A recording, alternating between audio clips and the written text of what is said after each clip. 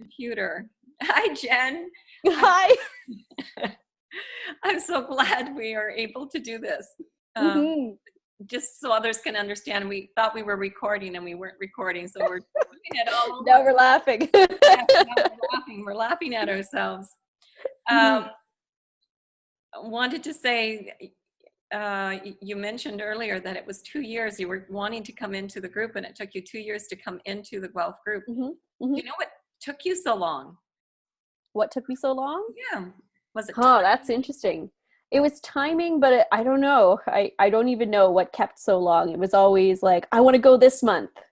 And then it wouldn't happen. And then I want to go this month, and then it wouldn't happen. And then I wouldn't think about it for a couple months. And then I'd be like, oh, I'm going to go. Then it wouldn't happen. I don't even remember what the final push was, that it was like, you can go this month. I don't remember what got me there, but I do remember going. So, there is a saying that you will only come when it's the best time for you to come. Yeah, I agree firmly with that. Yeah, for sure. So you were obviously not meant to be there for those first 2 years. I don't think so. Supposed to learn a whole pile more things before you came. You had to level up. I had to level up before you could come. The other thing I wanted to say that we were saying earlier is that you came, and then you came for a couple of years, and then you had to move to London. Yes. And on one hand, it sounds like, oh, and we did miss you. I know. And then it was really an opportune moment for you, because you moved. And even though it seemed like not such a good thing for constellation work for you, you found a way to develop the art constellations, which is what we wanted to talk about today, was your work in art constellations. So can you tell us a bit about that? Sure. So I've been making collages for a really long time. When I was, I don't know, a long time ago, about 10, 15 years ago, I made a collage tarot deck and worked a lot with collage images, and found making collages a really accessible way to play with imagery and symbols, and as well like make beautiful pieces of art. So I've been doing that for a really long time. And then when I had to leave Guelph and come to London, and then I was by myself with a tiny baby, so couldn't readily get to the workshops, which is really valuable. And I had to find some other way to be accessing the constellation work. And I wanted something, and the reason I turned to collage specifically is because I wanted something where I wouldn't be putting as much of my story into it. Because we all know that when we do constellation work, you can do it with figurines or, whatever. But I was finding it difficult to separate myself, working by myself, from my narrative about my family, and my narrative about myself, and my narrative about my ancestors. And so I wanted some way that I already was familiar with, to be able to kind of like play around with how I was feeling in my body, what images look like, and what those things were, without telling so much of the story. Like, okay, and here's my great grandfather, and he did this to this person. I wanted to have some separation from it, which I think is really important when you're doing constellation work by yourself, or any kind of self work, because if you're too into your story, then you start to lose that distance that you need to be able to see what's actually going on, or to be able to acknowledge what is, as Hellinger says, right? Which is, I think, is what's really valuable about the workshops.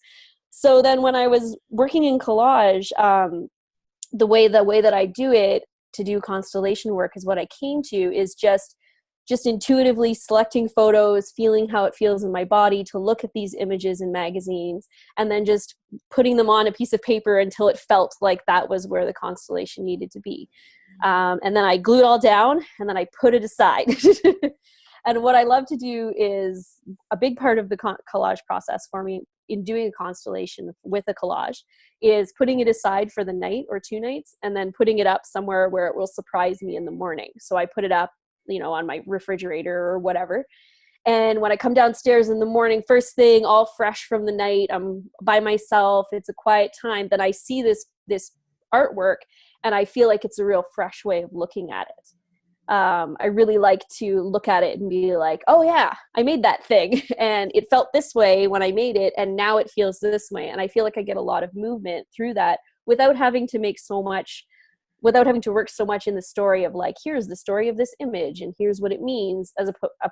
Instead, I feel like I can just look at it and feel how I feel. Does that all make sense there? Yeah. Question though, when you say you look at it and you notice how you feel, are you talking about emotions or physical sensations or both? Both. I usually try to start with physical sensations because I feel like there's my emotions are still part of that story, and I think we see that a lot. I definitely do some feeling of the emotions, but when I'm working by myself, I like to be like, okay, how does it feel? Oh, I feel kind of nauseous, and I feel kind of uncomfortable, and I feel like I need to move in this way, and using that body felt sense to feel how what is different after I've made that image and put it somewhere and I can see it. Even when I was getting ready for this talk with you, Rosalba, I was like, I'm going to look at some of like my past images and like see how I feel about them. And I found this one that when I made it, I felt really bad about it. Like I would stand in front of it and just feel awful. Like my stomach would drop and there would just be a lot of like heart heaviness and feeling really terrible. And then when I flipped open the page, I had kind of forgotten I had made it. But when I flipped open the page, I was like, oh yeah, that made me feel really bad. And now I'm kind of like, yep, that's an image I made. That was a thing that happened, as opposed to feeling really a lot of body sensation about it. So I feel like it's a really interesting way to track the constellation work as well. What do you think is happening when you're doing that? What do you think is happening that in this moment it feels like this, and then a month later you're looking at it and it doesn't have the same triggers for you? How do you think it's resolved or not resolved? Or for me, I feel like it lets me have some space from it. So if it's feeling really like I'm having this issue and I want to like look at it in constellation, I want to think about how it looks in a different way. And then when I have that space from it, it feels less like this is mine and it belongs to me. It feels the same way it does when we do the workshops, where when you look at the final constellation piece, you're like, oh, actually, there's a lot of things involved here. There was a lot of issues and things like that. And it's not entirely it's not entirely on my shoulders. I'm speaking specifically about this image. I realize as I'm talking about that, I'm speaking of the image I was mentioning, where I felt like I was really holding on to a lot of the issue or a lot of the burdens of the family in this specific way. And then when I got a little bit of space for it and I could look at it separately from myself in this image form, it felt more like they could hold it. Does that make sense in terms of constellation work? It's more like the people who it belonged to, they could hold it then. And I feel like for a lot of the images that I work on, it becomes like that, where it's like, and now I'm giving this back to you and you can take care of it. And that's your thing. And I can look at it and see it as an image as opposed to as an experience that my body is having. Right. Okay. So what are you proposing for the workshop on the last Saturday in November in Guelph? So what I've been really excited about lately is the gifts that we receive from our families and the gifts that we receive from our ancestors and from our lineages and from all of these things. I was mentioning to you before that I've been making symbols of my lineages and feeling really what is glorious about those lines, and what I really have received from them as an individual and our family has received from these like histories that come to us. So I'm really excited about exploring the notion of gifts. And I feel like if people are like, oh, there's no gifts from my family, that I remember we did this constellation once where we loaded each other up with the burdens of our family. I don't know if you remember that one. It was when we were at, and we put all these books in bags and whatever, and then we put them on each other. And it was like, okay, tell me when you can stop holding the burdens of your family, like when you feel like you got enough. And so we put all these heavy weights on each other. And I remember saying to Annette, actually, just put more on, just keep putting them on. I can hold it all. And I remember the burdens, they were like, she had backpacks full of books and rocks and she was putting these things on me.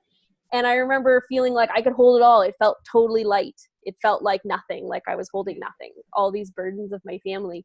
And I felt that way a lot in my life.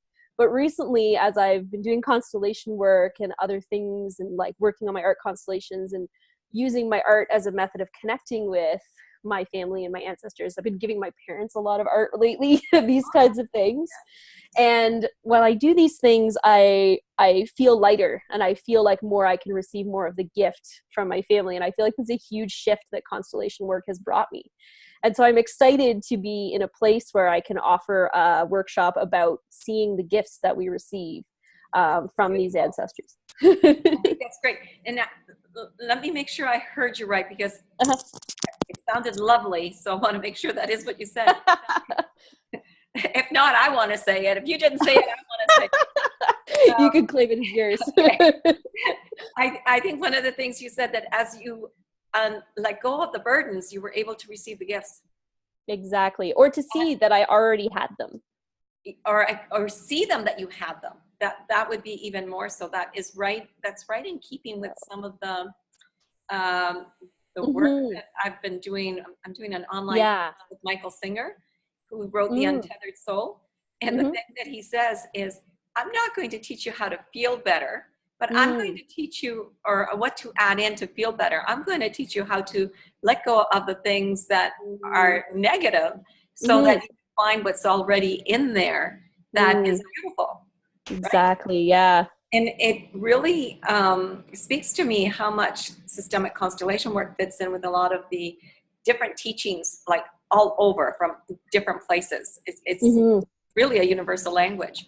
So anyway, so I was kind of excited to hear you say that. So yeah, it's yours. It's exactly what we're doing. Okay. Did say that. We'll write it down as me. Quote from Elsa. Right? You have a quilt handy. Can you show us? I do. I'll see if I can show you different pieces of it. I'll tell you about it. Let me see. Stand up and no, I don't know if I can. Let's see. I'll push this back. I've got this like little table. See if I can show you much of it. I can't get very much of it. Sorry. Oh, lower it. I'll just show you this part. This is the most important part. Okay. Tell us about this quilt.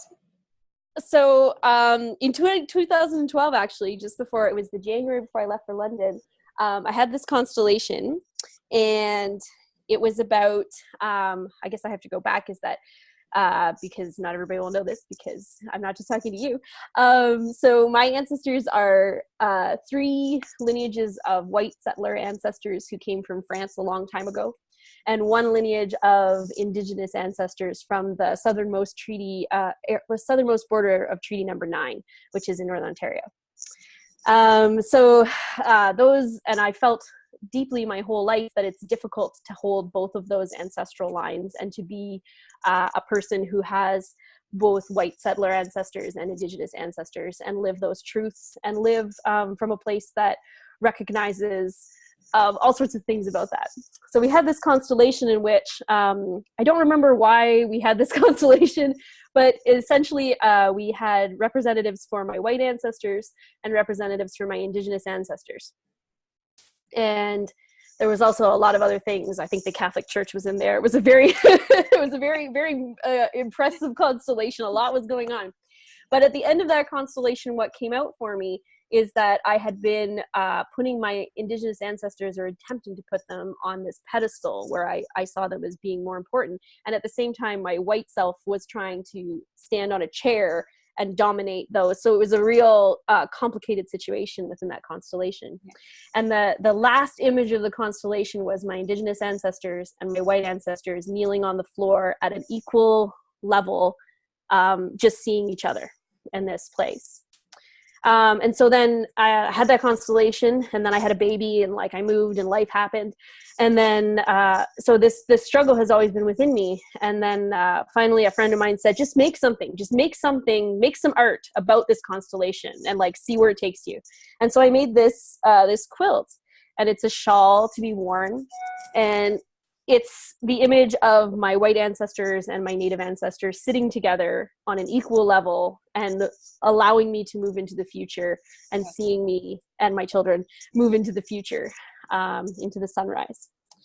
And it was a real process to make it. And it was really amazing to make something that kept that constellation going, because it was such a moving piece and was really important to me. And now whenever I look at this, I think I can feel how they're behind me. I put it on my back, I sit in them, and they're behind me, and they're at an equal level. They don't have to be higher than each other. They don't have to be fighting. There doesn't have to be a winner and a loser within my particular family ancestry. And it allows me, I haven't mentioned this to you, but it allows me a greater place to be able to work towards reconciliation in the outer world. So I have an inner reconciliation of my personal ancestry, which feels good. Yes. And then to be able to work towards reconciliation in the outer world, knowing that there's still a lot of work to be done in terms of Indigenous and white settler relations. So, yeah. I think you said one time that you believe it was your ancestors that drew you to where you are working now. It is, yeah. I really feel like they gave it to me, which is a funny thing. Because I got the story of that is that I got an email. I started going to the Indigenous Services location at the University of Western Ontario, and to go to beading. And actually, I have some of my beading here too. Maybe I'll show it to you in a minute, which is another artwork that I've been doing to connect with those lineages. And so I was going to this Indigenous Services. I never felt like I could go until I made this quilt. I never felt like my ancestors were standing in a way that it could allow me to go to an Indigenous space. Yeah. And so then I would go, and then I signed up for the email list, which I'd never done before. And then I got an email, and the email had a job offer in my field, and I applied and got this job. So, wow. So I really felt like my ancestors had been like, yes, you were supposed to go and like be in that space. We're in a place now where we can support you in being in Indigenous space. So isn't that something? It was a real movement. Yeah, I really felt them behind me, which is what the quilt is all about. I feel them behind me. You know, what's interesting is, as we're talking, I'm seeing how this workshop really builds on the last one that we just happened on the Soul of Canada. Mm-hmm. One was, we noticed the importance of really getting to the roots of the land. So, for example, the workshop was for settlers, right? So if it's for the white folk or the people that immigrated, the refugees, whoever. And it really demonstrated that we had to find our own Indigenous roots. Okay. And when we found our own Indigenous roots, suddenly we had strength. So when I mean Indigenous roots, the roots of our land, of our ancestral land. Right. And in one case, it was Scotland for someone. Okay. But it wasn't immediately Scotland. It was via about 3 or 4 other countries before they got to Scotland.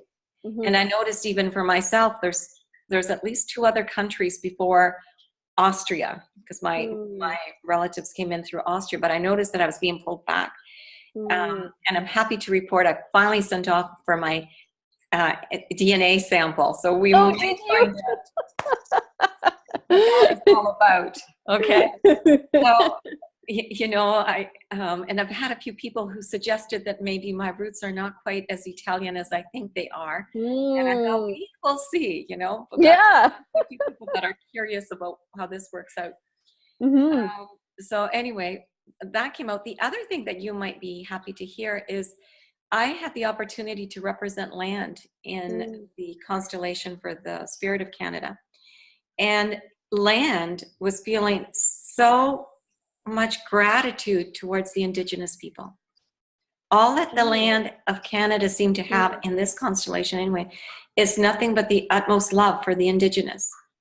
And the other thing that came out was that the settlers, so the immigrants, can only find a sense of peace once the Indigenous people of Canada find a sense of peace. Until that happens, it's not going to happen. So the person representing settlers said, I feel fine when the Indigenous are fine. When they're not fine, they can't feel fine. Yeah. So those were 2 important pieces that I think that was the lessons learned from those who were attending. So what you're doing, in some ways, bringing in the gifts, because we also tried to get to an exercise on gifts and we didn't. So the exercise on gifts, and it's also kind of gifts of the collective. We don't seem to understand that our culture gives us a number of gifts. It's not. So it's beautiful how this all happened, because you were supposed to do this earlier, and then for other reasons it came out this way. So now this is I will say the field taking care of the field. Taking care of us. Yeah, exactly. Moving us forward into the next work. Into the next piece of work. Yeah. So I'm really excited. What would you like to say to people about what do they need to bring Well, I'm going to bring all the materials that are necessary. But if people have, because we're going to do collage work and maybe some other surprise things, but I'll bring all that stuff. But if people have magazines like particularly National Geographics lying around their house, because those are great for images. If they feel like they want to cut those up and turn them into art, then they could bring those. And also if people feel strongly about having their own pair of scissors, because I have a number of pairs of scissors, but there's always never enough scissors for hands. So if people feel like they'd like to have their own pair of scissors, those are the only two things that I'd encourage people to bring. It's always great to have lots of images. When I started doing collage work, they always said, and anything that you ever read about collage, they'd say, okay, you can bring pictures, but make sure you bring copies. So if you need pictures of your family or a particular place or particular people, make it a copy because we're going to cut it up into small pieces. So don't bring the originals of things. So feel free to bring copies of your family. Don't bring the originals. Don't bring the originals because that's not a good idea. And then just people bringing what I don't know. I feel like often when I come to constellation work, I'm bringing child energy and this sort of thing. So bring your excitement because I think we're gonna have a lot of fun. All right. So I'm very much looking forward to this. I am too. Yeah. Okay. So I want to say thank you for making the time for doing this. Yeah, no problem. I'm hoping to put this on the YouTube video along with the newsletter. Okay. Okay. Sounds great.